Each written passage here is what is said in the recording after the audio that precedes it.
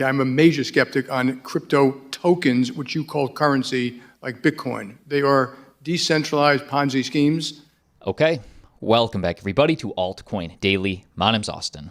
In today's video, I want to share with you the latest news involving cryptocurrency, including Jamie Dimon testifying in front of Congress, Zilliqa launching their own gaming console, as well as XRP news, Cardano news, and much more.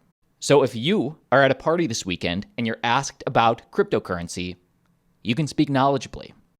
So like always, check the timestamps down below, find the news that's best for you, and let's jump in, starting with JP Morgan CEO Jamie Dimon says that crypto tokens and Bitcoin are decentralized Ponzi schemes.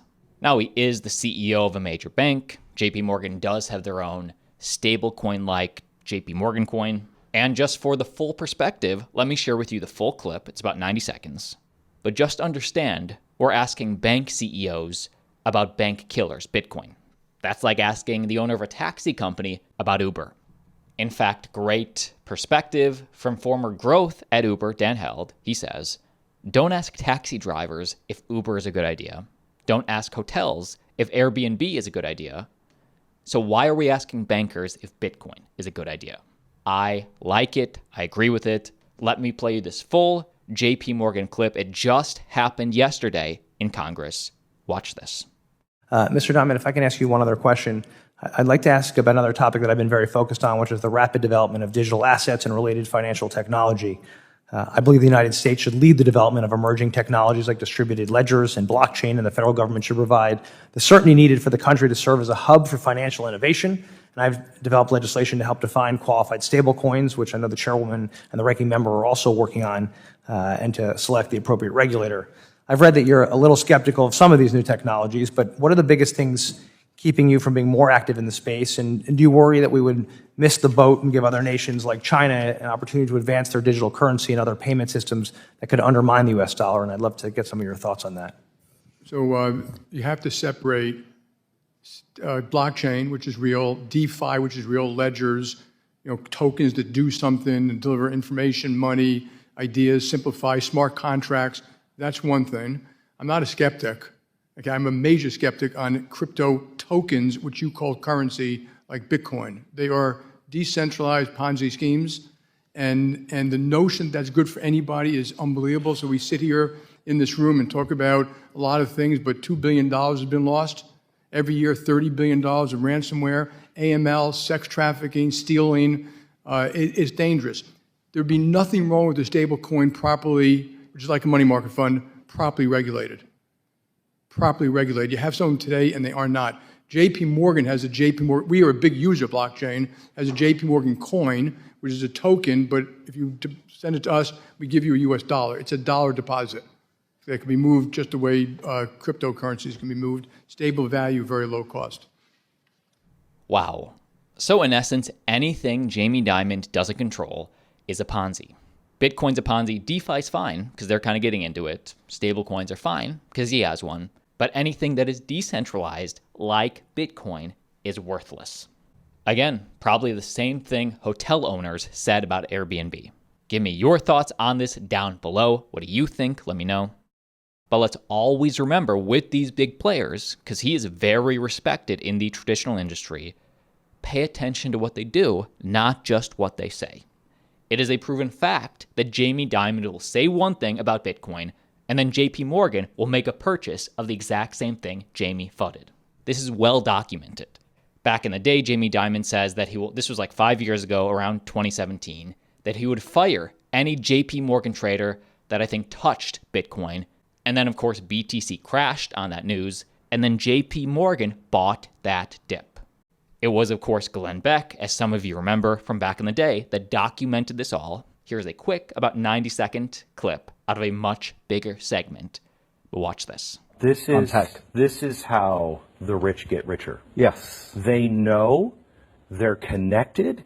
A lot of times they're coordinating without the insider trading. This is not illegal to do. No, manipulating the news cycle, if you're smart about it, is they can get away with it. Nobody's ever been arrested for anything like this. So now, with crypto, I know personally, I know people that would have gotten in or stayed in if these people weren't saying what they're saying. Right. And so this has really been extremely egregious. So on September 12th, Jamie Dimon says Bitcoin is a fraud. He says he'll fire any one of his traders buying Bitcoin. Bitcoin drops 24%. When Jamie Dimon speaks, people listen. People listen. So that weekend, we found out that the largest buyer of a Bitcoin fund that's in Europe that buys physical Bitcoin, right? The largest buyer was Morgan Stanley and JP Morgan. And that's not illegal. He says it's a fraud. It says you fire anyone that buys it. Yes. And at the same time, his company is buying it. His company is buying it. Wow. Again, pay attention to what they do, not just what they say. As I get more info, I will keep you updated. Yet the innovation happening today in crypto projects is undeniable. So let's start with Zilliqa, but let me make sure you have all the information so you can make the best decision for you. Zilliqa to launch Web3 Game Council in early 2023. So this is a layer 1 blockchain, Zilliqa, preparing to dive further into Web3 gaming with the launch of a hardware council and gaming hub. So this is a picture of the prototype, like right here. And while it may look the same as many other councils we have, the Web3 capabilities inside is the differentiator. So first, let's get to the standard stuff, and then we'll delve in to the Web3. A prototype version of the console was unveiled today, showcasing a sleek design with an array of ports, including HDMI, Ethernet, USB-C, and USB 3.0 connections.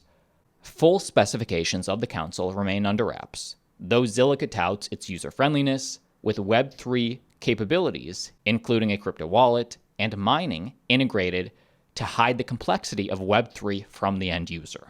So they are truly going for mass adoption, making this look and be as easy to use, at least that's the hope, as a quote-unquote Web 2 console, but then have the UI, UX of Web 3 built right in.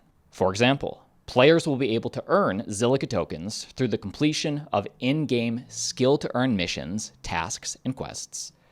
In this case, the tokens can be regarded as similar to coins or rewards in traditional games, but with the added function of blockchain technology, meaning that obviously they have a value outside of the closed system. Zilliqa trades on many exchanges now, and I guess they're allowing you to skill to earn with this console.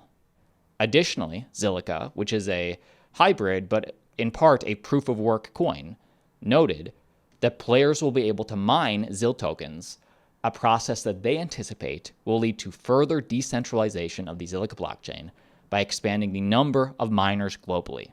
So anybody that has this hardware will be able to mine Zilliqa, that they hope will lead to huge decentralization of the network, but we will see.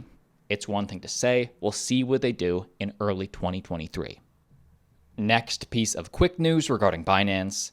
Binance taps former Obama advisor for their new global advisory board.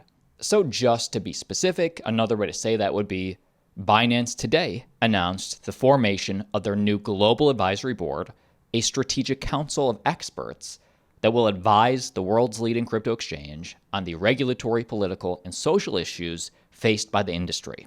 So Binance is loading up their team. This will be chaired by former U.S. Senator and Ambassador to China, Max Baucus. The board is then comprised of experts in public policy, government, finance, economics, and corporate governance, including the former campaign manager and senior advisor to President Obama, David Plouffe, as well as Britain's former Minister of State for Culture and the Digital Economy, Lord Vasil, and the former head of the French Treasury, Bruno Bézard.